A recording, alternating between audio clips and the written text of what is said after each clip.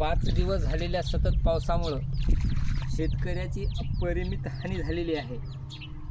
हातात तोंडाशी आलेला कापूस अक्षरशः या कापसाच्या वातीसुद्धा होणार नाही. कापसाची बोंड सडून गेली, सरकीतून कोंब यायले आणि सरकार मायबाप सर्वे करायचं कारण सांगून शेतकऱ्याच्या मदतीपासून कुठेतरी पळतंय असं वाटतंय. सरकार शेतकरी उभा जागीच मेलेला आहे.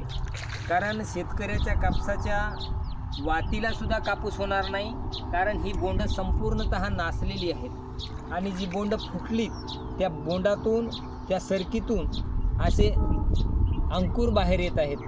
तेव्हा सरकारला विनंती आहे, शेतकऱ्याच्या पिकाचा जो सर्वे करणार हा तो सर्वे थांबवा आणि शेतकऱ्याला सरसकट मदत द्या.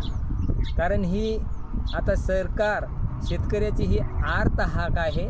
तेव्हा सरकारला विनंती आहे, या कापसाच्या बोंडाकडे बघून आणि या शेतकऱ्याकडे बघून कुठंतरी मदत करा, सरसकट कर्जमाफी करा.